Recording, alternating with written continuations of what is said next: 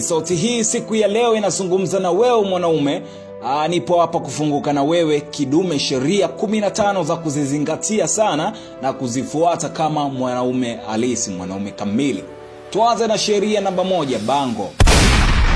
Usiache mwanamke akuvunjie heshima. Bora kuvunjwa mguu kuliko kuvunjiwa heshima. Yes. Mara nyingi hiyo opposite gender huaga anaanzaga kujaribu kwa mara ya kwanza, na ukimchekea kesho yake atarudia kwa mazoea. Hakikisha anapojaribu tu mfundishe haraka sana.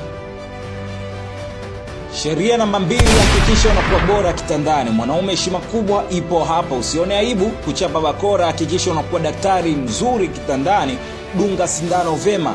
Akitoka hapo lazima kusalimie. Sheria namba 3, usibadilike vile ulivyo kuvutia watu. Haitobadilisha chochote. Mwanamume halisi hawezi kubadilisha muonekano wake ama kujiongeza mavitu mwilini mwake ili tu awavutie wanawake ama watu. Twende sheria namba 4.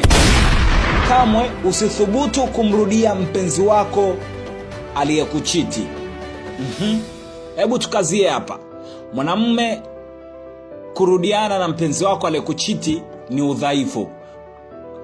Mwanamke uliokuwa naye kwenye mahusiano akakusaliti na kulala na mwanaume mwingine, huyo hata kama anakupenda vipi bado hatakuja kukuheshimu na tena atakuja kukuchiti tena. Usiwe mdhaifu kihivyo. Watu wakionjaga sukari hawaachagi kirahisi. Sheria namba 5. Usitongoze mwanamke aliyekuzidi umri wala usithubutu. Ndio ni wepesi kukubalia, tena ni wepesi kukufuata kukutongoza wewe, lakini unapoteza umri wako sana endapo ukidate nao. Ndio usihangaike na chakula cha baridi wakati cha moto kinakungoja. Hivyo aliyekuzidi umri achana naye. Hata kuja kukuheshimu, hata akijilazimisha lazima tu utaona. Kama unabisha, jaribu siku moja kumkoromea. Hata kuvumilia hata siku 2, utajua ujui. Sheria namba 6. Usipigane na mwanaume mwenzako kwa ajili ya manzi. Kwani mwanamke ndiye atakayekuwa na kosa. Lazima kwanza yeye aonyeshe msimamo wake. Mnaweza mkaishia kupigana vidume na wote msipate chochote, msambulie chochote, wala usithubutu kuwatania mashikaji zako kwa ajili ya kumfurahisha manzi wako. Yo bora, you'll die maze. Sheria namba 7.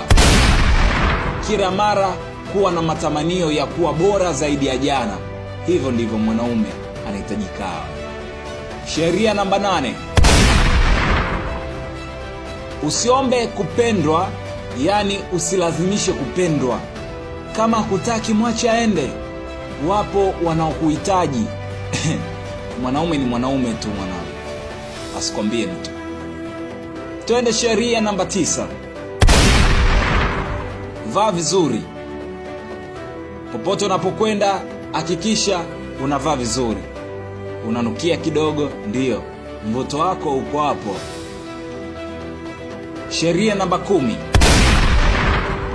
Hakikisha mfukoni mwako hakukosi shilingi. Bango nene linajieleza hii sheria namba 10. Zingatia maokoto, kujiamini. Yes, ukiwa na maokoto mfukoni ndio inaleta kujiamini kama mwanaume. Hakikisha hii sheria unaizingatia ipasavyo sana. Zingatia maokoto. Sheria namba 11. Usiwe na sehemu moja inayokuingizia pesa. Watu wengi watakuja kuizingatia sheria hii endapo pale watakapojisi wamekuwa. Kama wewe bado janki unakula maisha, hautaweza kuielewa hii sheria. Ila nakukumbusha tu sheria namba 11, usiwe na sehemu moja inayokuingizia kipato. Ukianza kukua utakuja kunishukuru. Sheria namba 12. Walinde walio nyuma yako. Yoyote yule anayekutegemea ama umemtangulia na mfumo unakulazimisha kuwa unahitajika umuongoze, basi huyo yupo nyuma yako. Mlinde. Sheria namba 13. Bro, kama hujaalikwa mahali popote usiende na usijaribu kuomba kwenda. Yani kitokea kama kuna issue yoyote, party, sherehe, nini, Ukiona wamealikana, wewe kausha, vunga kama hujapata mwaliko. Linda heshima yako bro, wewe ni mwanaume. Sheria namba 14. Fanya mazoezi at least kwa mwezi mara 4. Wewe ni mwanaume, kama umejisahau, mimi nakukumbusha, mwili wako hautakiwi kuwa mlaini kama wa upande wa pili. You got me? You got me. Sheria namba 15 na ya mwisho siku ya leo, funguka na mimi ambao tumekuandalia sheria special for loose for men. Yes, jiamini. Sheria namba 15 hiyo. Fresh tu. Kama kuna mwana anataka kukuvimbia mbele ya manzi yako, usionyeshe udhaifu, na unapokuwa karibu na mwanamke mfanye ajue nipo na mwanaume. Usiruhusu hofu ikuzuie. Sisi ni wanaume.